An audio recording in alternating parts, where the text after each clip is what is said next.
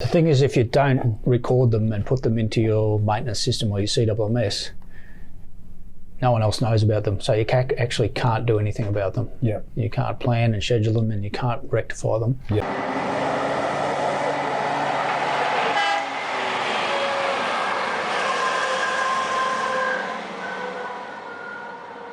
Right, let's talk about that other one that had the grease on it. So this photo's of a rear of an axle box on a electric drive truck.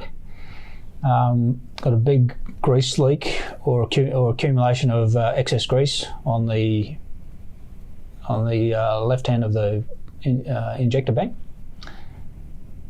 It's pretty hard to tell whether that's a recent leak or an old one because it hasn't been cleaned off properly in preparation for service. I'd suggest that there's an ongoing leak there, and whether it's the injector or a hose.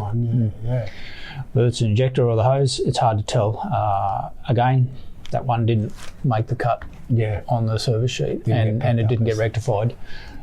Grease systems on our machines are critical to their operation and reliability, and so the other aspect about the grease system there is every injector has got the caps have got damage to them. So is it allowing the injectors to function correctly underneath the damage? Yeah. The other defects there's 7 or 8 lights on the rear of the machine, and there are a number of them have got broken or cracked lenses. They'll get water in them, they'll get mud in them, and eventually they'll fail, and they'll only fail probably at night time when they matter most. Yeah. So the machine will be down. And these little things don't cost much to repair, and yet they cost a lot when the machine's down for such a cheap little item. That's not what causes maintenance to be, high cost or anything like that. Those little lights and things. No, they don't. Those things there. So that's what keeps breakdown crews busy. For sure. Going.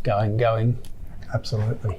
Yeah, so here's one of a site I went to where there was a lot of electrical downtime on the machines, small electrical events.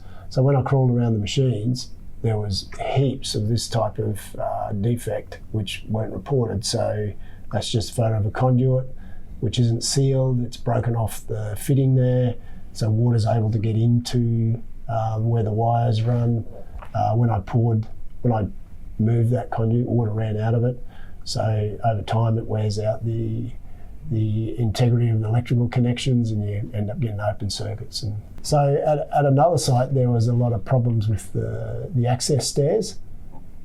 So I went and paid particular attention to the control boxes for the access stairs, and this is how we found them. The lids were damaged, they were full of dirt and mud, and actually on that one, when I looked at the service sheet, the maintenance task for the ladder was to check the ladder, which the operator does every time he gets on the machine.